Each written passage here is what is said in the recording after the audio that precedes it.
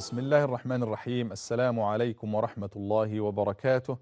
In the name of Allah, the most gracious, the most merciful, I send and I ask Allah for the best of peace and blessings to the soul of our Prophet Muhammad sallallahu alayhi wasallam, and I greet you all with the greeting of Al-Islam. Assalamu alaikum wa rahmatullahi wa barakatuh. I do welcome you to this episode with another Sahabi, a friend, a companion of the Prophet sallallahu alayhi wasallam, and we are living together with the true stars shining for us to follow and to follow in their footsteps, the companions of Muhammad sallallahu alayhi wasallam. Today we live with Abu Ubaidah Ibn Al Jarrah. His name is Amr Ibn Al Jarrah, one of the greatest of the companions of Rasulullah sallallahu alayhi wasallam, one of the pioneers of Islam, one of the muhajirun, those who migrated and left their hometown and gave up everything for the sake of Allah Azza wa Jalla. Not one hijrah but two hijrah. He had to migrate to Al-Habasha, Abyssinia, and then to Medina for the sake of Allah subhanahu wa ta'ala. He earned a very beautiful title by the Prophet sallallahu alayhi wasallam, being Aminu hadhihi al-ummah. Al-Amin, the trustee, the trustworthy and trustee of this ummah. This is somebody, we're talking about somebody that Rasulullah sallallahu alayhi wasallam trusted, that Rasulullah sallallahu alayhi wasallam named and called Al-Amin, or Aminu hadhihi al-ummah. He said every ummah, every nation has an Amin and a trustee, and the Amin, the trustee of this ummah, is Abu Ubaidah. Abu Ubaidah Amr Ibn Al Jarrah, the beautiful Sahabi that dedicated his life and sacrificed everything he had for the sake of Allah. He witnessed all the mashahid, all the battles with Rasulullah sallallahu alaihi wasallam. He defended Rasulullah sallallahu alaihi wasallam. He was with him in the day of Badr. He was with him in the day of Uhud. And at the end of the battle of Uhud, we know that Rasulullah sallallahu alaihi wasallam was badly wounded. And he radiyallahu anhu, may Allah be pleased with him, was taken the circles of al-Mighfar, this kind of protection or protective equipment that's made to protect the face out of so many circles coming together and chains made together to protect the face. When this man of the mushrikun, Ibn Qam'a and others, attacked Rasulullah sallallahu alaihi wasallam and hit him badly on this Mighfar with the sword on his face, a few of these circles got deeply into the skin of Rasulullah sallallahu alaihi wasallam, into his face, so much so that he was bleeding badly. And after the battle, it took Sayyidina Abu Ubaidah Ibn Al Jarrah so much force to try to pick it up. He wasn't able to pick it up with his hand. He has to pick it up with his teeth. And he was holding those metal pieces and metal circles and chains with his teeth, pulling it out of the skin of Rasulullah sallallahu alaihi wasallam, of the face of Rasulullah sallallahu alaihi wasallam, that he lost two of his teeth, radiyallahu anhu, in this process. And that caused some kind of hatam in Arabic, which is an accent or some kind of not pronouncing some Arab letters right, because he lost two teeth. And that was the best hatam or the best accent anybody could have, because he got it because of defending Rasulullah sallallahu alaihi wasallam and protecting Rasulullah sallallahu alaihi wasallam and saving the life of Rasulullah sallallahu alaihi wasallam after the battle of Badr. Rasulullah sallallahu alaihi wasallam, one other time, when the group came to him from southern Arabia, from Yemen or Najran, and they said, Ya Rasulullah, when it was time for them to leave, they said, could you send a muallim, somebody who teaches the sunnah and the deen and Islam, somebody you could send with us to teach us?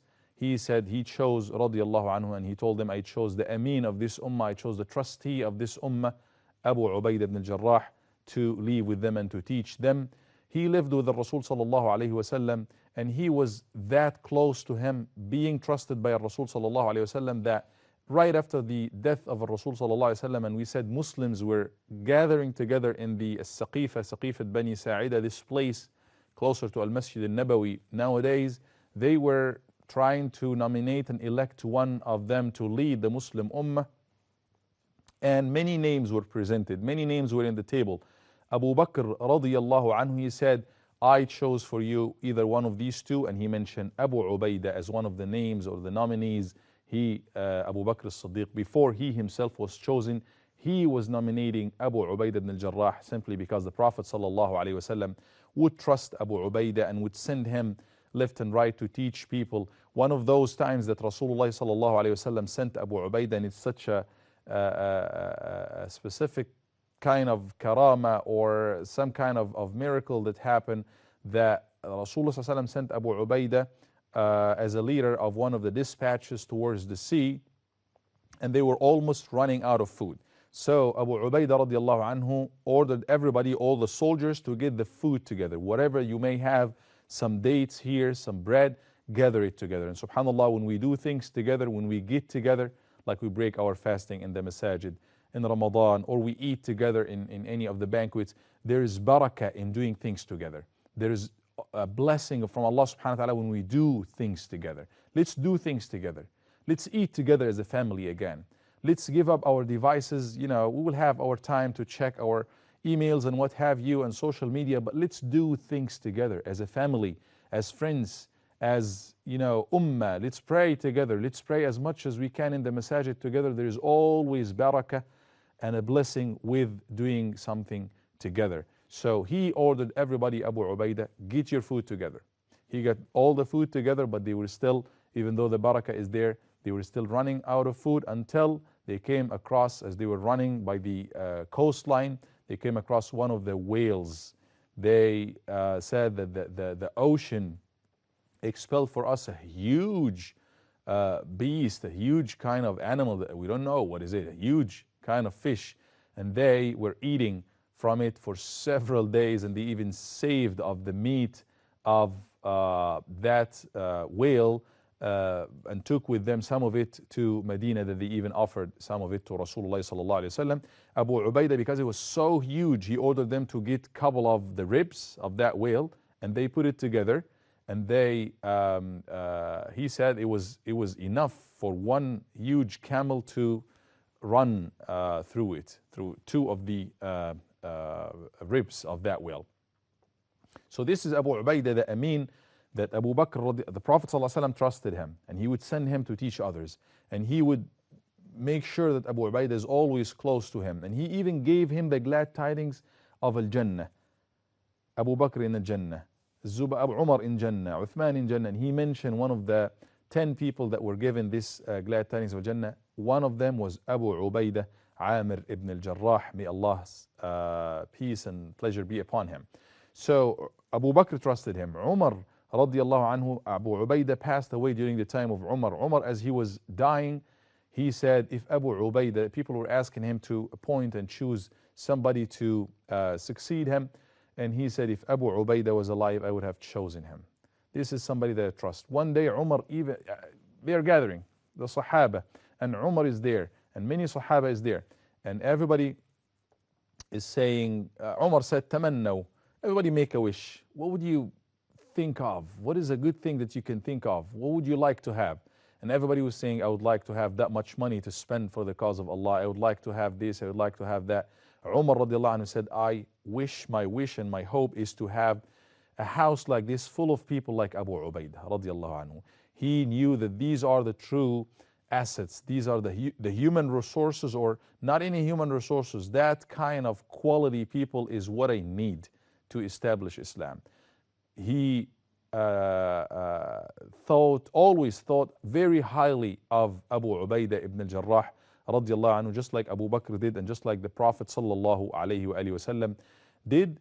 He radiallahu anhu, Abu Ubaidah Ibn Al Jarrah, went with that status that he had for himself, the love for Allah, the dedication for Islam, being al-amin, aminun fil ard wa aminun fil sama, or being trusted or trustee in this earth, and trusted and trustee by Allah subhanahu wa ta'ala, because he was such a special person, one of the greatest of the companions of Rasulullah sallallahu alayhi wa sallam. He was appointed by Umar radiallahu anhu to on a Sham.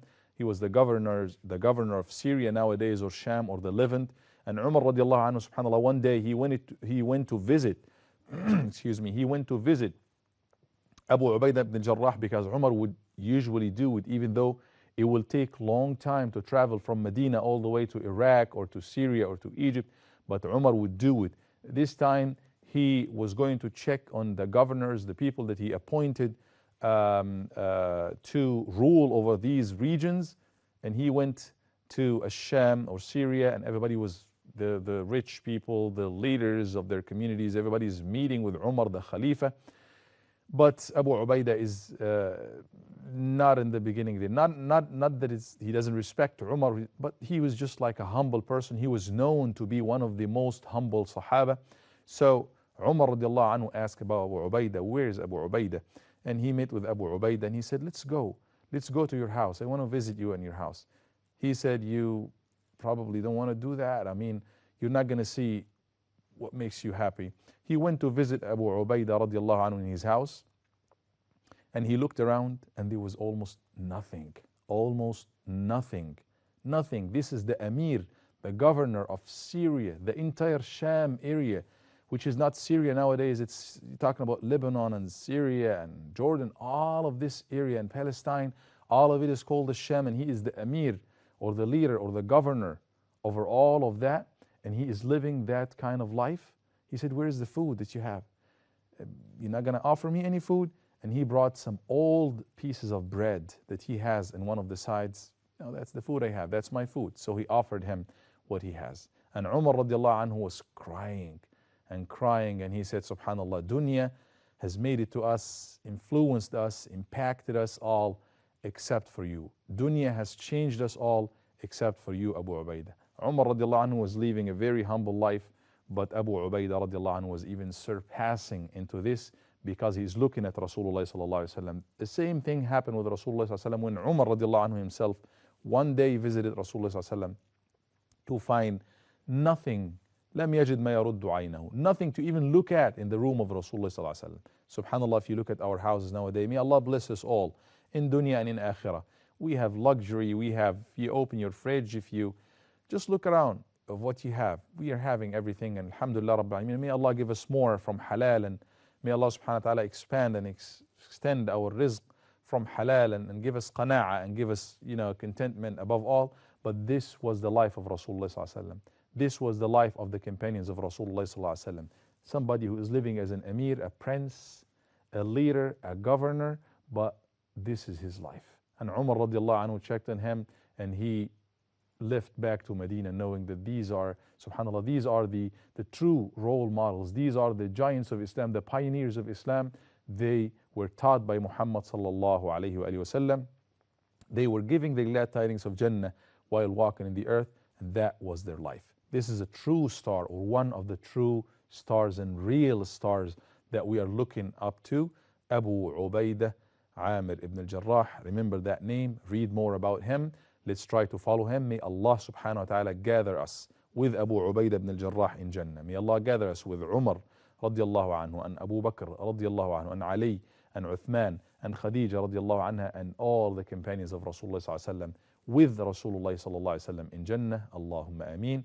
I leave you in the care of Allah, and I see you next time inshallah with another new star of the companions of Muhammad sallallahu alaihi wasallam. Assalamu alaikum wa rahmatullahi wa barakatuh.